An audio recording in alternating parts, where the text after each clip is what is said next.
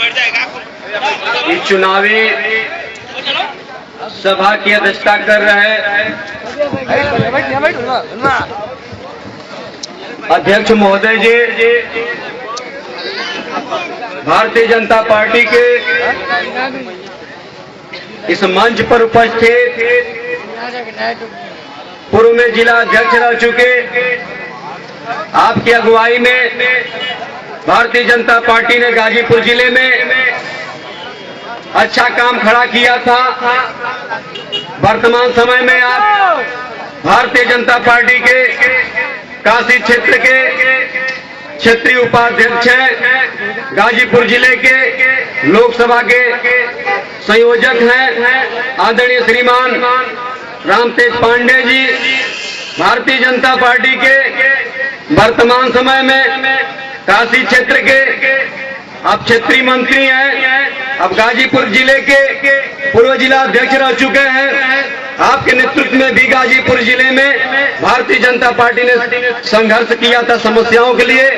ऐसे बड़े भाई आदरणीय ब्रजेंद्र राय जी, भारतीय जनता पार्टी के तमाम वरिष्ठ नेतागण, भारतीय जनता युवा मोर्चा के जो देवकली अपना मंडल है, इस मंडल के नौजवान युवा साथी, यहाँ के मंडल अध्यक्ष हमारे मित्र छोटे भाई प्रतीक पांडे जी, जिनके नेतृत्व में काफी अच्छा देवकली मंडल में काम होता है। यहाँ के जो है उनके सहयोगी के रूप में उनके मंत्री सोनू सिंह जी, भारतीय जनता युवा मोर्चा के जिले के मंत्री मनोज यादव जी, भारतीय जनता युवा मोर्चा के जिले के कार्य समिति सदस्य अनुराग यादव जी, सम्मानित रामपुर माझा के सम्मानित नागरिक, सम्मानित व्यापारी बंधुओं, नौजवान साथियों, मित्रों, में यह नुक्कड़ जनसभा है। ज्यादा समय तक मैं आपके बीच में नहीं बोलूंगा। हमारे बीच में पार्टी के वरिष्ठ नेता आ चुके हैं, ये आपसे दो बातें करेंगे। फिर भी मैं दो चार शब्द आपसे अवगत कराना चाहूंगा कि मित्रों, यह चुनाव देश की अखंडता का चुनाव है। भारत की राजनीति में भारत की भारतीयता का यह चुनाव है। देश का ये 16वीं लोकसभा का चुनाव है। मित्रों, देश के अंदर तमाम पार्टियां चुनाव लड़ रही हैं, आपसे वादे कर रही हैं, आपके बीच में जाकर तरह तरह की बातें कर रहे हैं। ये लोकतंत्र में है, हर दल के लोग कोई जाति के नाम पर, कोई धर्म के नाम पर, कोई क्षेत्र के नाम पर, तो कोई गुंडागर्दी के नाम पर, तो कोई पैसे के बिछाकर आपके सम्मान को खरीदने का प्रयास कर रहा है। मगर मैं बता दूं आप लोग को, जब यही भारत मातृभूमि, यही देश गुलामी की जंजीरों में जकड़ा हुआ था, यही भारत के माता के चिथड़े किए जा रहे थे, इनके आंचल को फाड़ा जा रहा था। इसी देश के लोगों ने न कौम की चिंता की थी, न जाति की चिंता की थी, न क्षेत्र की चिंता की थी। अगर रेलवे लाइन साइडपुर में उखाड़ी गई थी, गुजरात में भी उखाड़ी गई थी। देश की अखंडता के लिए, देश की एकता के लिए, देश की गुलामी की जंजीरों को तोड़ने के लिए लोगों ने एक हुआ था। देश में एक परिवर्तन की लहर चली थी, अंग्रेज भारत से भगाओ, यह अभियान चला था मेरे नौजवान साथियों।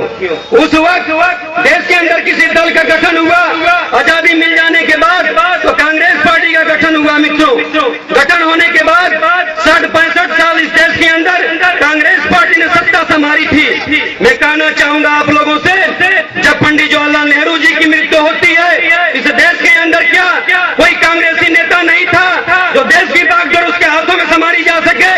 मगर ऐसा नहीं हुआ मित्रों। श्रीमती इंदिरा गांधी जी के हाथों में बागडोर सौंप दी गई।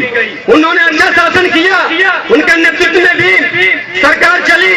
मगर एक ऐसी स्थिति आई 1975-76 की स्थिति में सन में कि देश की जनता ने उनके खिलाफ परिवर्तन की लहर दौड़ाई और देश के अंदर परिवर्तन हुआ था। इंदिरा गांधी भी चुनाव हारी थी। मैं कहना चाहूंगा आप लोगों से, जब इस देश के अंदर इंदिरा गांधी की हत्या होती है तो क्या कांग्रेस में कोई नेता नहीं था? उनके पुत्र राजीव गांधी को प्रधानमंत्री बनाया जाता है। आज देख लीजिए, कांग्रेस पार्टी में नेता तो कहने का बहुत है, मगर उसकी बागडोर एक विदेशी महिला के हाथों में जा चुकी है। पूरा भारत कांग्रेसियों जो कहते हैं उनके हाथों में जकड़ चुके हैं। इसलिए मैं कहना चाहूंगा मित्रों, देश का विकास चाहते हैं, इस मिट्टी में पला बड़ा, गुजरात के धरती में पला बड़ा, गरीबी के टुकड़ों में पला बड़ा, इस देश में एक नेता पैदा हुआ है नरेंद्र मोदी।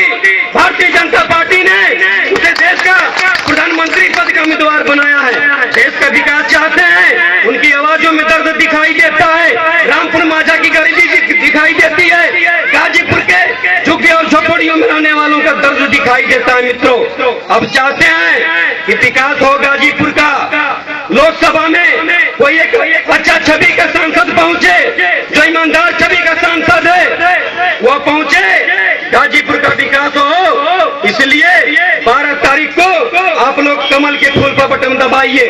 मैं समाजवादी पार्टी के बारे में 2 मिनट बात करना चाहूंगा। इसे पार्टी का नेता कहता है, तो पार्टी के दल का नेता कहता है कि नौजवानों से गलतियां हो जाती हैं। मैं कहना चाहूंगा आपके परिवार के नौजवान आप वहीं के परिवार में गलतियां कर जाएगा तो क्या उसको इसी तरह कहेंगे? आपके सम्मान के साथ ठेस पहुंचता है। मित्रों, इस देश के अंदर एक कानून बना है, उस कानून के दायरे में जो नौजवान गलती करता है, भारत का कोई भी व्यक्ति गलती करता है, उसे सजा मिलती है। मगर यार, अपराध को बढ़ाने के लिए, अपराध को बढ़ावा देने के लिए उत्तर प्रदेश में गुंडई हो, उसके विधायकों के, सांसदों की, पुलिस की गुंडई हो, इस पार्टी के नेता ने आवाज दिया है। इसलिए कहना चाहूंगा यह वक्त आ गया है बदला लेने का। जिस नौजवानों के ऊपर लाठियां बरसाई जाती है नौकरी के नाम पर, रोजगार के नाम पर, आज समय आ गया है बदला लेने का। मत देकर बदला लीजिए। भारत माँ आज फिर एक बार जकड़ चुकी है जातिवाद के राजनीति में, क्षेत्रवाद के राजनीति में। मित्रों, इसलिए नौजवान साथियों तय कर लीजिए, देश का विकास नरेंद्र मोदी के हाथ में।